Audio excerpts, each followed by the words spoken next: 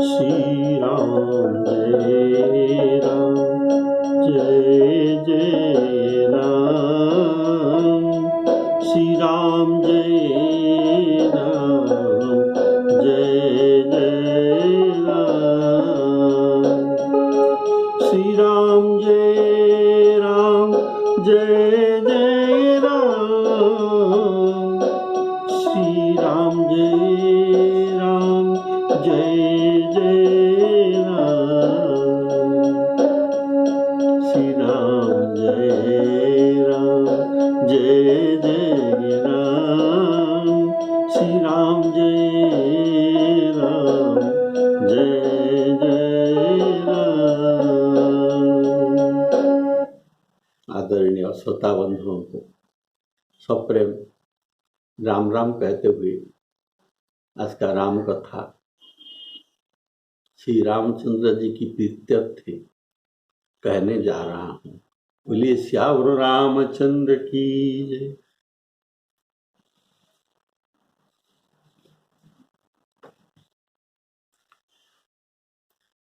हनुमान जी सीता जी के आगे अपना स्वरूप दिखाया। हेम शैलावदेहम तो विराट रूप हो गए, फिर वो छोटा रूप हो गए और अभिमान रहित तो माता जी को तो कहते हैं कि हे माता सुनो, वानरों में बड़ और बुद्धि बहुत नहीं होती, परंतु प्रभु के प्रताप से परम लघु सर्प भी गौड़ को खा सकता है। हाँ सुनो माता, माता जी सुनिए। शाखा मृग अर्थात बंदर, शाखा मृग नहीं बल बुद्धि विशाल। सुनु माता शाखा मृग नहीं बल बुद्धि विशाल। प्रभु प्रताप ते गरुड़ की खाही परम लघु ब्याल। इस दोहा का भाव है कि जो मैंने अपना विशाल और अत्यंत बलवीर रूप आपको दिखाया और जो बुद्धि से मैं आपको समझाया, आपको धीरज बंधाया, यह बल बुद्धि वानर में नहीं होती, यह प्रभु का प्रताप ही है। राम प्रताप ही ये विशाल है, इससे सब काम होता है। प्रभु के प्रताप से गरुड़ को लघु ब्याल अर्थात छोटा सा सर्प भी खा जा सकता है। परम लघु ब्याल गरुड़ को समान भी हो जाता है। बोलिए श्यावर रामचंद्र की जय।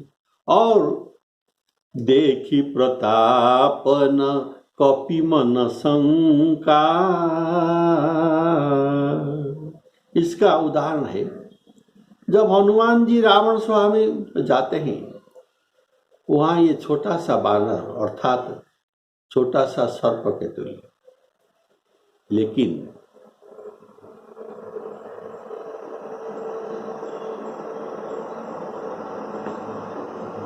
प्रभु के प्रताप से ये गरुड़ बन गए। और जो महान प्रतापी असुर थे रावण और इनके सभासद, ये सब लघु ब्याल छोटा सा सर्प जैसा उनको प्रतीत हो रहा है। ये सब राम जी के प्रताप। राम जी जिसको जैसा वो चाहे वे कर सकते हैं। इसलिए कपि मनो न शंका, वहां जाकर रावण सभा में कपि के मन में जरा भी शंका नहीं हुई, जैसे अहिगण के बीच सर्पगण के बीच गरुड़ जी असंका रहते हैं। जैसे गरुड़ का आहार सर्प है, ये सर्प को तो खा जाते हैं, वैसे ही हम सब राक्षसों के आहार है। हम सब राक्षसों के आहार हैं। जैसे गरुड़ सर्पों को खा जाते हैं, ऐसे बंदर भी राक्षसों का आहार है। और यह भी बताया गया कि नर कपि भालू आहार हमारा। नर कपि और भालू ये राक्षसों के आहार है, पर हम राक्षसों को भी खा जाएंगे, ऐसा हनुमान जी सीता जी के आगे कहते हैं। जानकी जी का संदेह हुआ था कि बानर राक्षसों के साथ कैसे लड़ सकते हैं। इसी से गरुड़ और ब्याल अर्थात सर्प का दृष्टांत देकर इनके संदेह को दूर किया।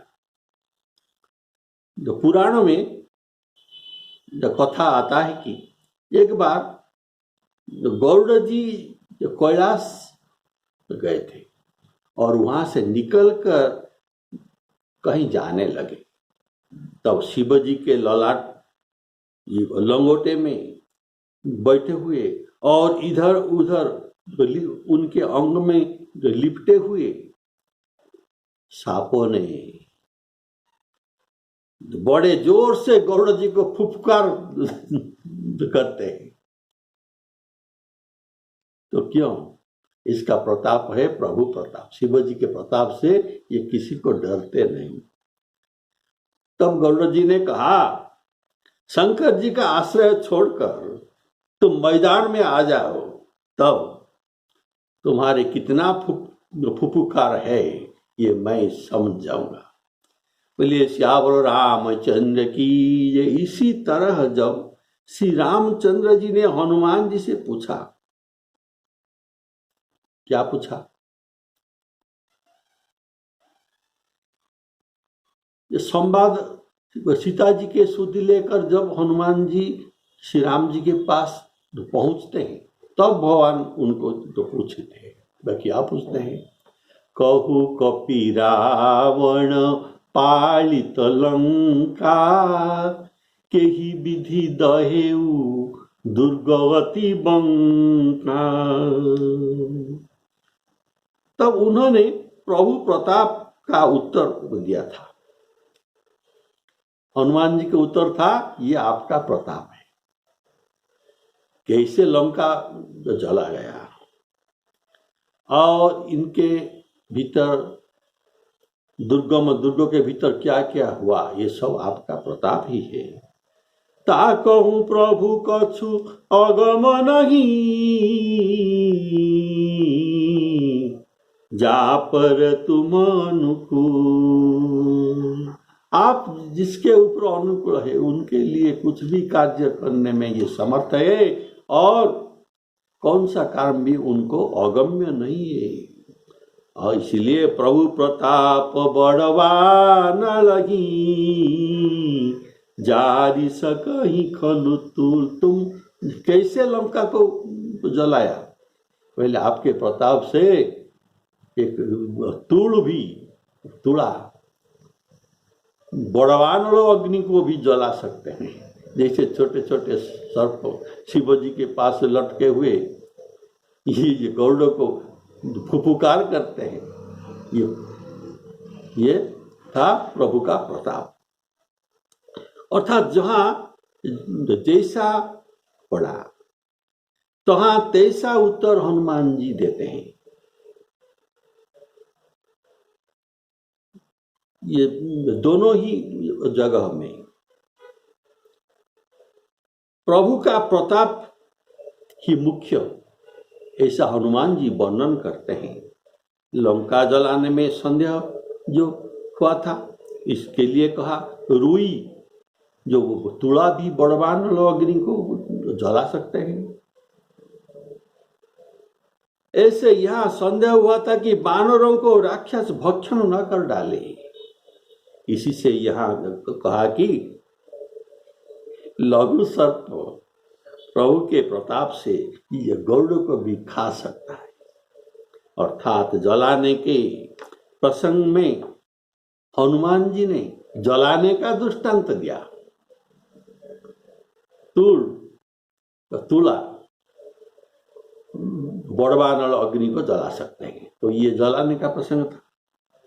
और अभी खाने का प्रसंग था, इसलिए हनुमान जी ने खाने का दृष्टांत दिया। जो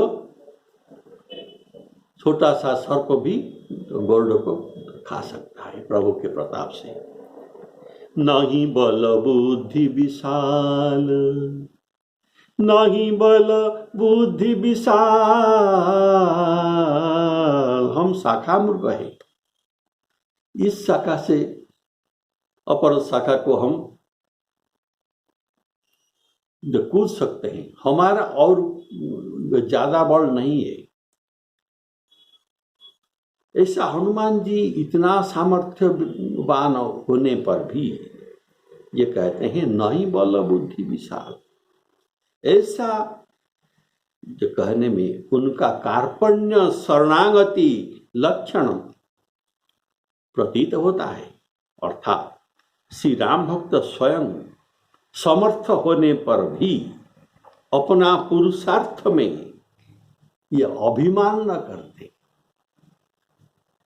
उसमें राम कृपा और राम प्रताप को मुख्य ही समझते हैं। बोले श्यावर रामचंद्र की जय। शंकर भगवान कहते हैं, देखो उमा राम जी के प्रताप में पत्थर बोहित बन गया। जो पत्थर ये डूबने वाला है और जो उनको पकड़ेगा उनको भी ये डुबाने वाला है, वही जहाज बनकर सभी को पार कर लिया। तो ये पत्थर का महिमा नहीं, पत्थर का महिमा है डूबना और डुबाने वाला। और सागर का महिमा भी नहीं, जो लोगों को उससे ये पार कर सके, तो ये सागर का भी महिमा नहीं और बंदर का भी महिमा नहीं है। तो किसका महिमा है? ये महिमा है श्री रघुवीर जी का। श्री रघुवीर प्रताप ते सिंधु तरे पाषाण। पाषाण सिंधु तरा, ये रघुनाथ जी के प्रताप ही है और कुछ नहीं। तो हनुमान जी के भक्ति, प्रताप, तेज और बल से संयुक्त ये वाणी सीता जी सुनते ही श्री सीता जी के मन में आनंद हुआ और श्री राम जी का प्रिय जानकर उन्होंने आशीर्वाद दिया।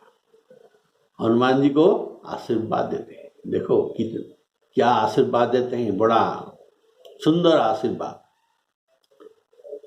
सीता जी ने कहा, हे तात, तुम बड़ और शील के खजाना हो जाओ, और हे पुत्र तुम अजर हो जाओ। अजर अर्थात तुम बुढ़ापा से रहित, कभी वृद्ध न हो, सदा ऐसा ही रहो, तथा एक रस जुआ वाले हो। सभी आप सदा युवा अवस्था में एक रस में रहो, आपका कभी वृद्धावस्था न हो। ये अजर होने का वर दिया। न जर इति अजर, जर अर्थात वृद्धावस्था। बोले श्यावर रामचंद्र की, और अमर हो जाओ, कभी ना मरे। और गुणों के समुद्र हो जाओ। और अंत में कहे श्री रघुनाथ जी तुम पर तो कृपा हो। हाँ, श्री रघुनाथ जी का तुम पर तो कृपा बने रहो। तो मन संतोष सुनत कपिबानी, भगति प्रताप तेज बल सानी, आशीष दीनी राम प्रिय जाना, होहुतात बल शील निधान, अजर अमर गुण निधि सुत हो, करहु बहुत रघुनायक छो। रघुनायक छो, छो अर्थात तुम कृपा, रघुनाथ जी की कृपा तुम पर सदा रहे। तो यहाँ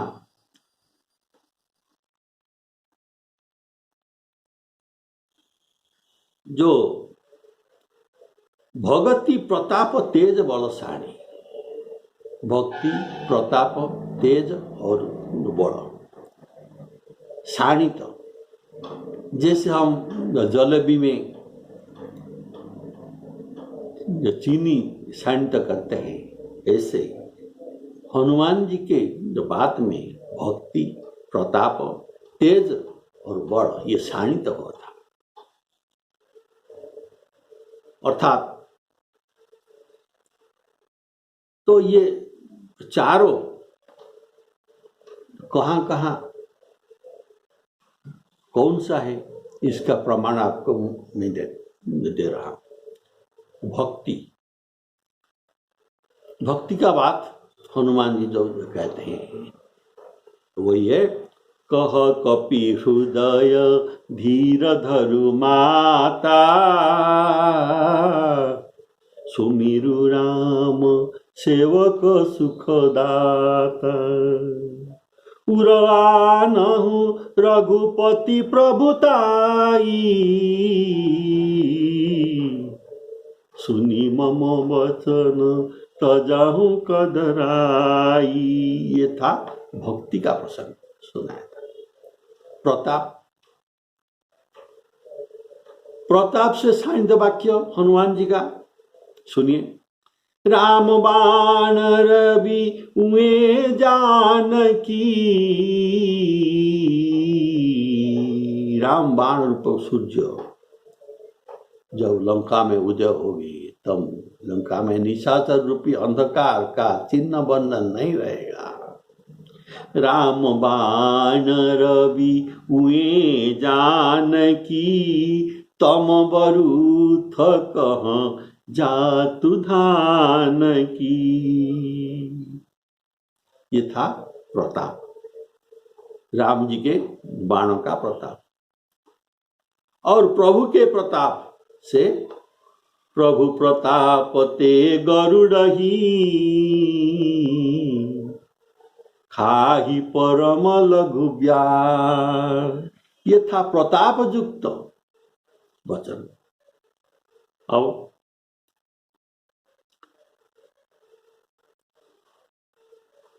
तेज युक्त वचन सुनिए, कौन सा तेज युक्त वचन हनुमान जी ने बोला। निशिचर निकर पतंग सम, रघुपति बाण कृशानो। ये तेज युक्त वचन। जननी हृदय धीर धरु, जरे निशाचर जानु। कृशानु अर्थात अग्नि, ये तेज सूचित होता है। और जो बड़ में शाणित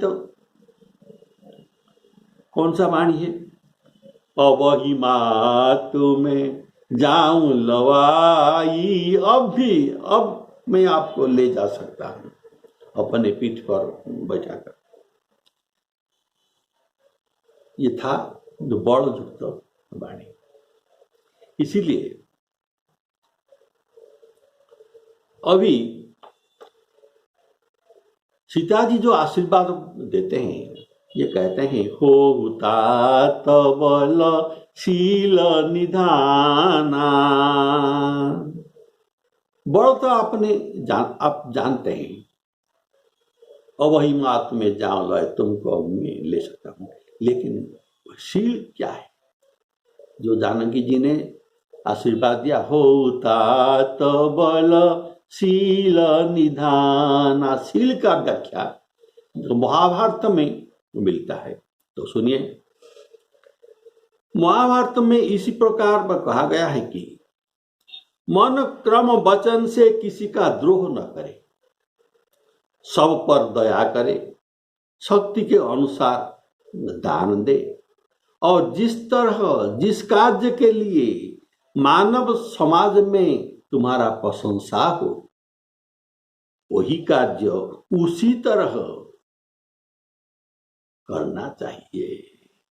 यही शील का स्वरूप है। यह है शील। शील धर्म, सत्य, सदाचार, बड़ और लक्ष्मी, ये 5 क्या? धर्म, सत्य, सदाचार, बड़ और लक्ष्मी, ये 5 शील के आधार पर ही रहते हैं। जिनके पास शील नहीं है, ये 5 उनके पास नहीं रहते। यदि शील हो तो बड़ आदि सब, यदि शील, ये 5 है लेकिन शील नहीं है। अगर शील नहीं तो बड़ आदि सब, ये 5 व्यर्थ हो जाते हैं। बोलिए श्यावर रामचंद्र की। इसी से बड़ के साथ शील रहना जरूरी है। ये माता जी इसीलिए कहते हैं हो तात बल शील निधान। तो बड़ और शील का वरदान देते हैं। ये बड़ शील का उदाहरण गोस्वामी जी शत्रुघ्न जी को देते हैं। वंदना प्रसंग में, जो बाल कांड में, ये कहते हैं उनको सुशील और सूर अर्थात वीर कहकर वंदना करते हैं। रिपुसूदन, रिपु अर्थात शत्रु, सुदन शत्रुघ्न। रिपुसूदन पद कमल नमामि, सूर सुशील, अत्यंत शील, सुशील, और भरत अनुगामी। तो माता श्री जानकी जी हनुमान जी को प्रसन्न कराने के लिए आशीर्वाद देते हैं। जब तक ये प्रसन्न न हुए तब तक ये आशीर्वाद देती रही।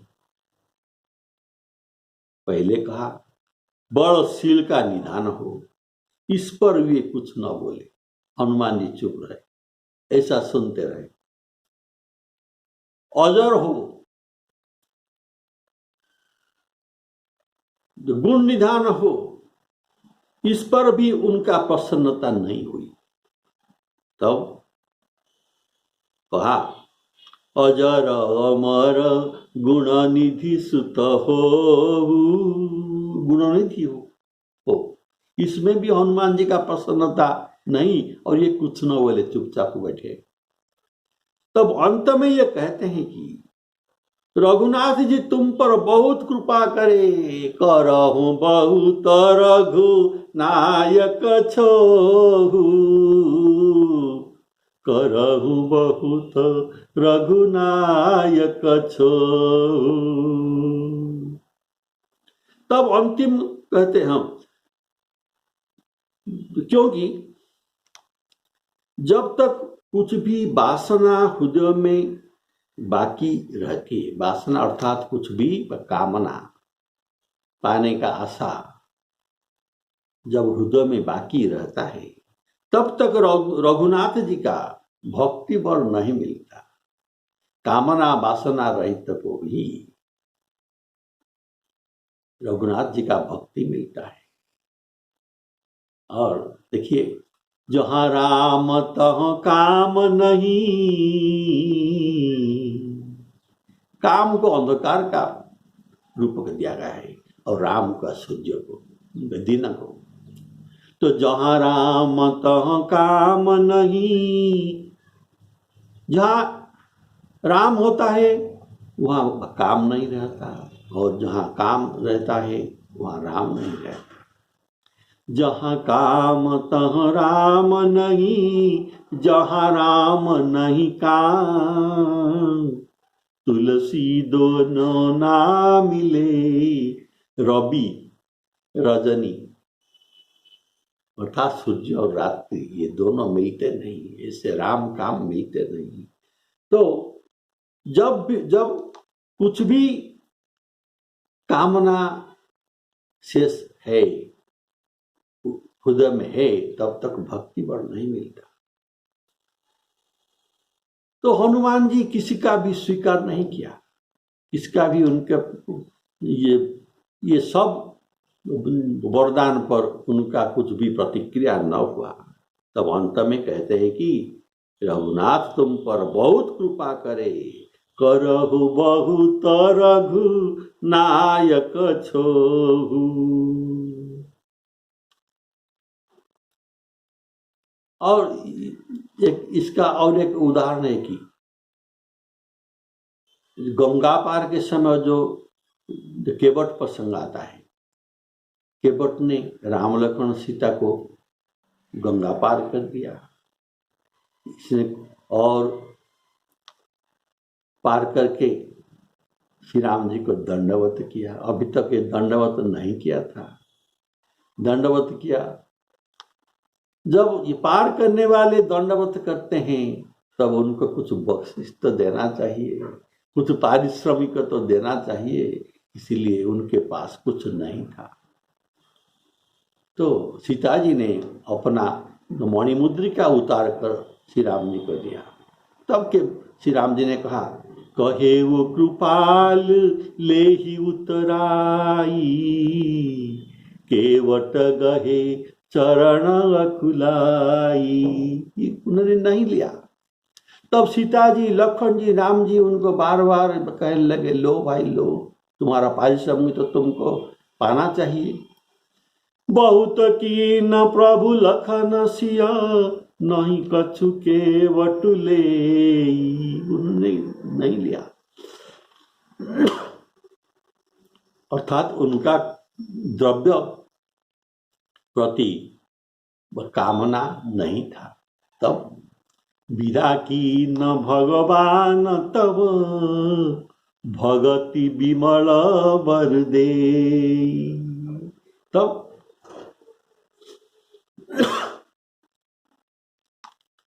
श्री भगवान जी ने उनको भक्ति वर देकर विदा किया। तो अर्थात सीता जी कहते हैं, हमारे आशीर्वाद से रघुनाथ जी को कृपा करें। देखिए इसमें जो भाव है, सीता जी आशीर्वाद दे देते हैं, क्या रघुनाथ जी कृपा करें, तो रघुनाथ जी का कृपा का आशीर्वाद ये दे दिया अपने ओर से। क्योंकि हनुमान जी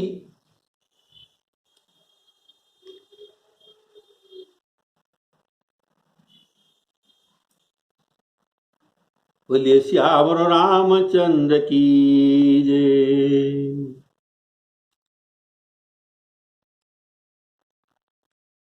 हनुमान जी सीता जी के पास 6 काम किए हैं।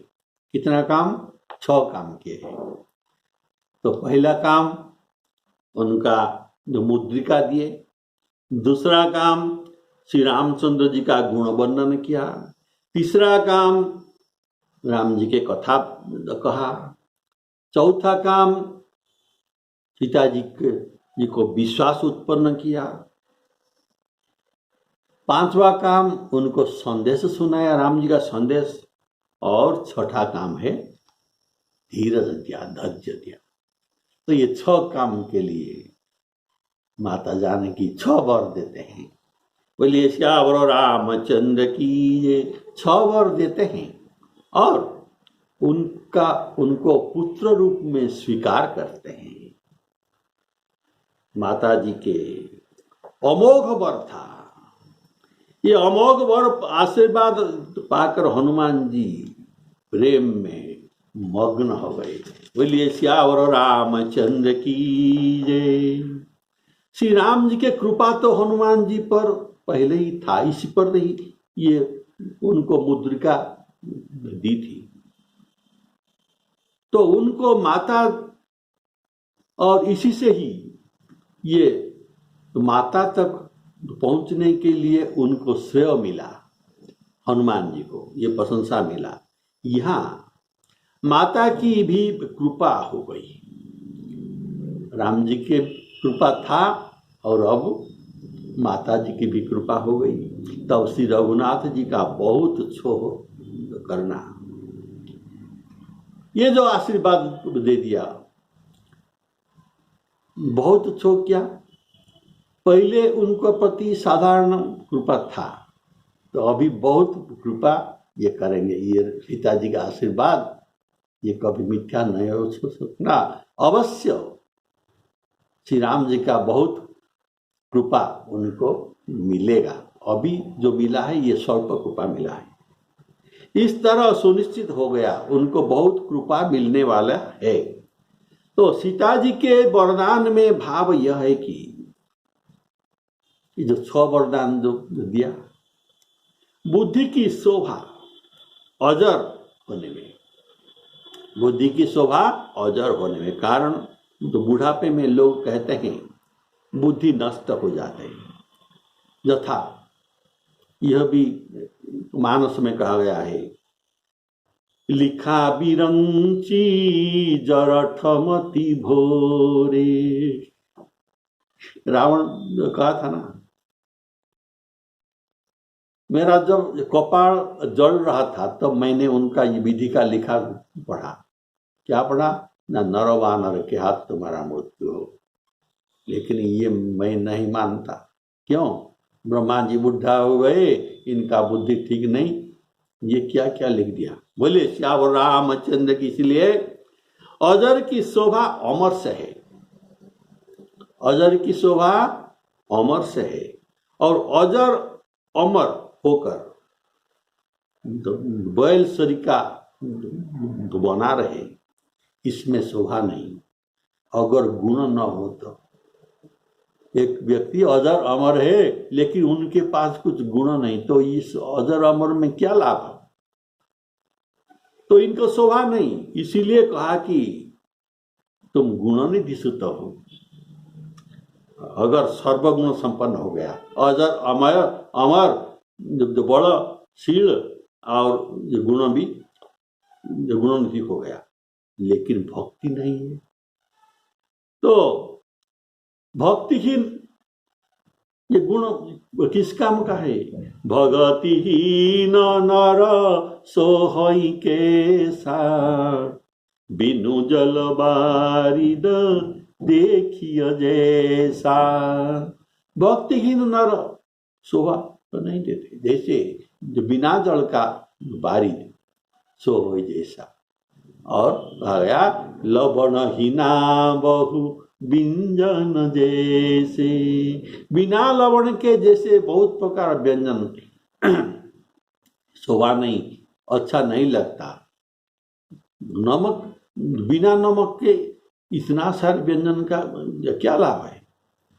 ऐसे बिना भक्ति में इतना गुण अजर अमर सर्वगुण का कुछ भी तात्पर्य नहीं। अतएव हनुमान जी अंत में कहते हैं, करहु बहुत रघुनायक छोहु। वरदान पाकर अत्यंत प्रसन्न हुए। इस और जो 5 वरदान पाए थे इसमें प्रसन्न नहीं हुए थे और प्रेम में मग्न हो गए। इसके बाद ये प्रेम के लज्ञ ये मग्न होने का लक्षण ये हुआ कि बारंबार माता जी के चरण में सिर नवाकर प्रणाम करते हैं। और क्या दे सकते हैं? मोपहि होइन प्रति उपकारा बंदौ तव पद बारही बारा। इस वरदान के बदल में ये कुछ प्रतिदान नहीं कर सकते, इसलिए बंदौ तव पद बारही बारा, इसलिए सिर नवाकर उनको बारंबार प्रणाम करते हैं और कहते हैं, हे माता, आपका आशीर्वाद अमोघ है। इस अमोघ आशीर्वाद पाकर मैं कृतकृत्य हो गया। कृतकृत्य अर्थात और कुछ भी कामना मेरे मन में नहीं रहा, मैं पुण्य काम हो गया। बोलिए श्यावर रामचंद्र की जय। करहु कृपा प्रभु अससु निकाना, निर्भर प्रेम मगन हनुमाना। बार बार नायसी पद सीसा, बोला बचन जोरी कर कीसा। कीसा भान अब कृत कृत्य भयउ मे माता, आशीष तव अमोघ विख्याता। श्यावर रामचंद्र की जय।